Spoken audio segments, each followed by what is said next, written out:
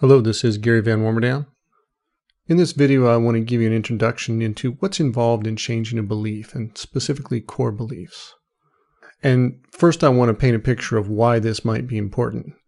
And then I'll cover all the elements that make up a belief that need to be changed. And then it'll be clear why maybe some of your attempts in the past weren't successful at changing emotional reactions or negative thinking or behaviors that were belief-driven. Because if you don't get all of these elements changed, that belief and the habit, emotional reaction, negative thinking often returns. So the first question is, why look into these beliefs? Core beliefs are at the cause of many of our emotional reactions. So if you have jealousy, fear, insecurity, anger, sabotaging behaviors, if you have controlling behavior in a relationship, procrastination, poor money management, not able to stay in a diet and exercise regimen, your core beliefs are driving those poor sabotaging behaviors. Negative thinking itself often is arising from your belief system. That voice of an inner critic, harsh self-judgment, fear of what other people think of you. If you want to change any of these things, emotional reactions, your behaviors, and your negative thinking, core beliefs are typically at the cause, if not in whole, then at least in part. So when we look at the structure of what makes up a belief, we have to look at basically 5 different elements that make up the belief, and sometimes 6, that drive the thought, behavior, emotional reaction. So let's look at the thought, I have to be right. And this thought might also show up as a behavior, where we try and one-up with people, or we argue, and maybe it causes unnecessary arguments with your partner. It can make us an unbearable person to be with. So as we investigate the different elements of this example, I have to be right, we're going to say that the thought is I have to be right. The behavior is acting out that way. And in this case, the belief, we'll just say, is I have to be right. But it might not always look this way. The thought might be people are stupid, they don't listen to me. And underneath that might be the belief I have to be right. And from there, we have to look for the next component, which is core beliefs. We'll find thoughts and associations at deeper levels. For instance, people should listen to me. I'm smart, I know what I'm talking about. And if they don't listen, they are morons. Then there might also be other avenues of that. If I'm not right, then I'm wrong. And if I'm wrong, I'm stupid. I hate to be wrong, I hate to be stupid. I hate that people might see me as stupid. If I'm stupid, I'm worthless, I'm a failure, I'm not good enough. And if people see me as a worthless failure that's not good enough, I am worthless, I am a failure, I am not good enough. The surface level, I have to be right, is actually masking this underlying core belief, I'm stupid, I'm worthless, I'm a failure.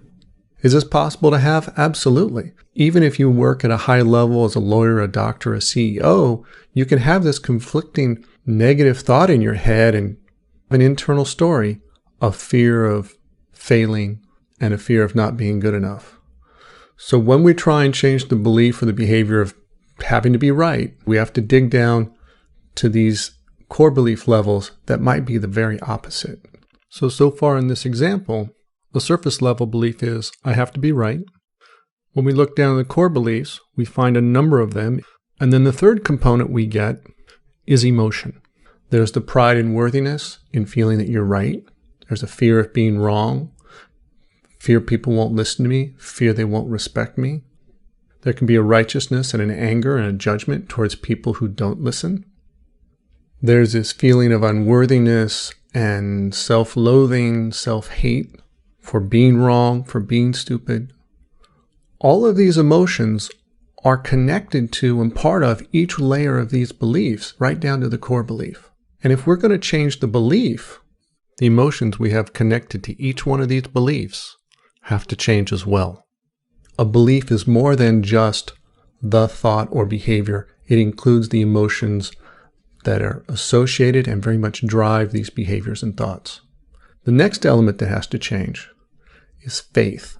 Not the religious version of faith, but this conviction, certainty, this confidence, this knowing. Thoughts by themselves are pretty empty. And this kind of conviction in a certain thought like I'm worthless generates unworthiness. The conviction in I'm right generates a feeling of pride. This conviction justifies anger, and they deserve it in that judgment. So the force of conviction we put behind our thinking is part of our personal power. It's a force that we have to take out of these ideas to turn that convincing thought into an empty thought. One of the ways that you address faith is to apply skepticism and doubt to these thoughts. How you do that is through the next element of the belief system that has to change, which is identity. And often we can put this in terms of ego. It's a false sense of ourselves in our mind.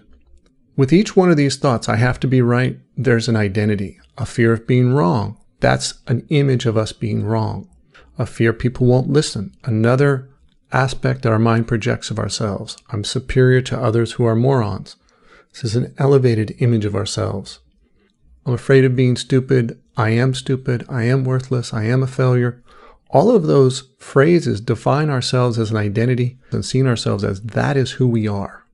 And when we believe I am worthless, part of us at some level is feeling that's what we are, believing that's what we are, and part of our mind is thinking and creating thoughts from that level and imagining other people see us that way. This is part of the 95% of what our unconscious mind is doing.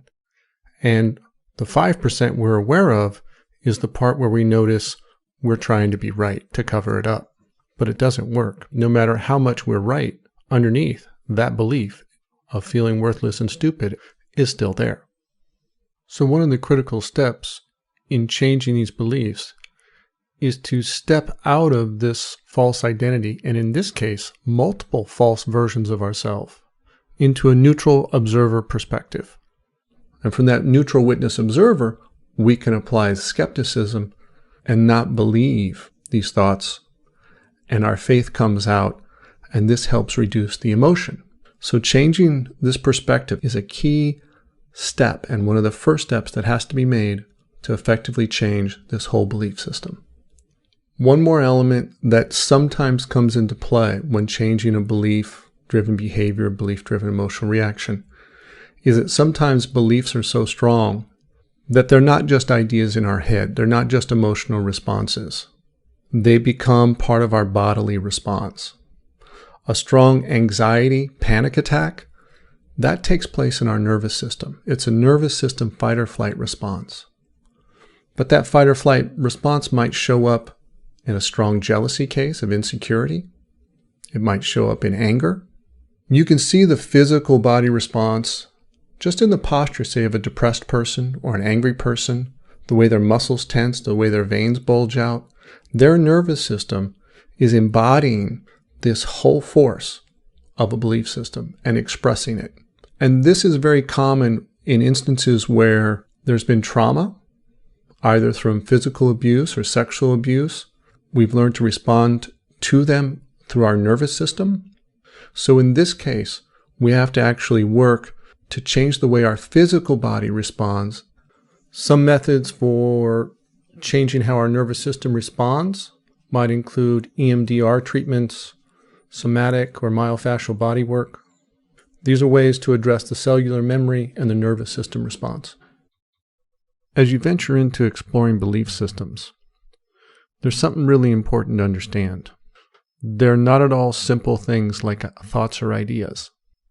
In a way, when we have a belief, it's much like being hypnotized. Being hypnotized is much more than an idea in our head. When we get hypnotized with a belief that we're a chicken, or someone's hypnotized with the belief that they're a chicken, a person acts, feels, behaves under the spell of the suggestion of that belief. Their head and body moves in a way that a chicken moves. They make sounds like a chicken makes. The most tricky thing about when you're hypnotized by some unconscious belief, you don't know that you're hypnotized. The other thing that happens is, under the spell of that belief, you can no longer tell what the truth is. If someone says, "You're not a chicken," you go, "Yes, I am." So you deny the truth. We aren't dealing with the beliefs that are obvious of behaving like a chicken. They have to do with what we believe about ourselves, judgments about ourselves, opinions about other people that make us frustrated or angry, expectations that are unreasonable, that we might believe very much are reasonable. And so in this regard, they're harder to see. So if you want to effectively change a belief, you have to get down to the core belief. And to do that, you investigate the layers. You have to change the emotion that's not just associated at the top level, but you have to change the emotion that's associated at all the levels. You have to change the identity. You have to actually shift your perspective out of this person that feels worthless or believes it's stupid, and recover your faith, the power of conviction about every one of those thoughts at every one of those layers. And in some cases where typically that were created in traumatic events in our past, we have to address what's going on in the nervous system and the cellular memory in the body.